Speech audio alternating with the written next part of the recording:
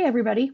Today we're talking about status reviews, and I'm excited to share with you our Hoffman and McNamara process for getting them done so that they're the most effective and most beneficial for all of our employees. So why are we doing this? The first one is to promote vulnerability and to keep it real. We want our employees to be real with us and tell their supervisors how they're feeling, even if it is good or bad. Also, it's a great time to provide feedback and present expectations.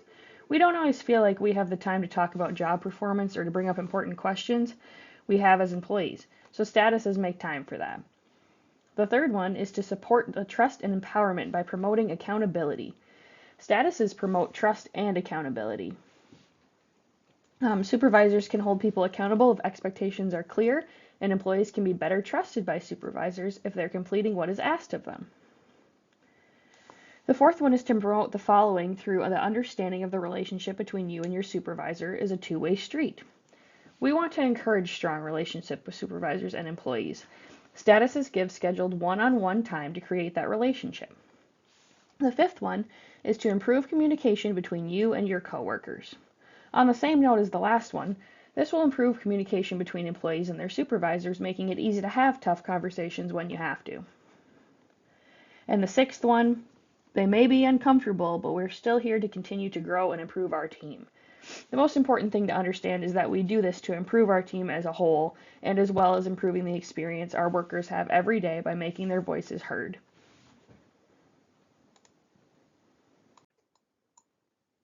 So how does Status Day work? And what is it for?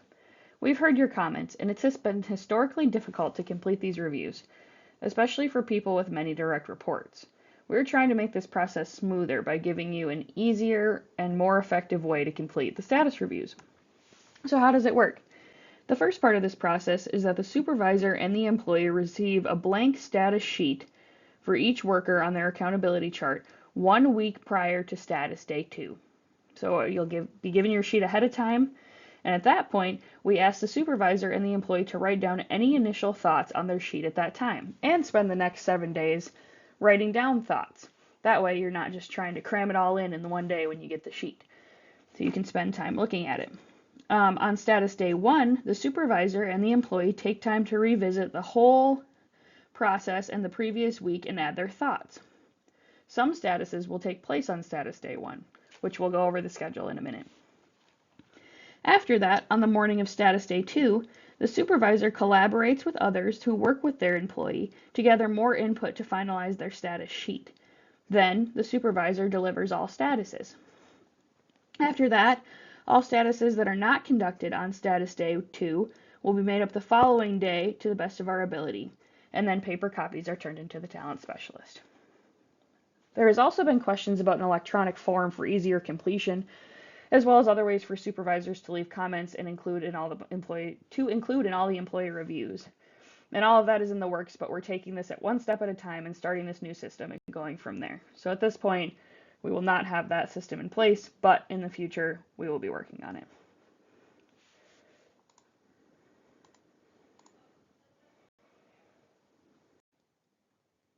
So the biggest question is, what does the schedule look like? So on your screen, you'll see an example of what Status Day 1 may look like.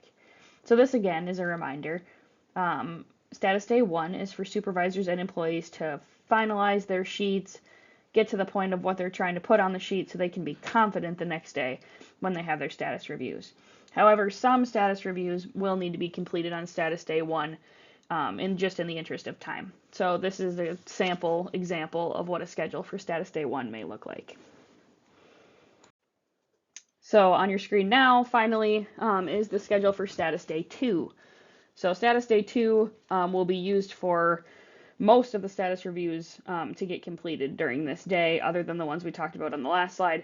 But all other status reviews will be completed this day, unless one person is out. Like I said, we would maybe do that the following day as a makeup. But at this point, you've been using the last several days to get ready for the status reviews, have them written out.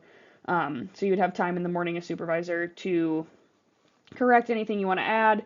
Employees can add anything they want to add up until the time of their status review, and then they will come prepared with their sheet to be able to receive the review. So we wrote it out in a schedule We even went as far as to list the time, the department that the person is coming from, the person giving the review, the employee receiving the review, and even the location that the review will be in. This is an interactive Excel document, so you will be able to sort by person. So you will be able to choose, for example, if you're Miguel, you can go to the tab here and choose that you are Miguel. It'll show you all of your statuses for that day, the time, the location, everything like that. So you can be sure to stay organized and stay on time so we can complete this.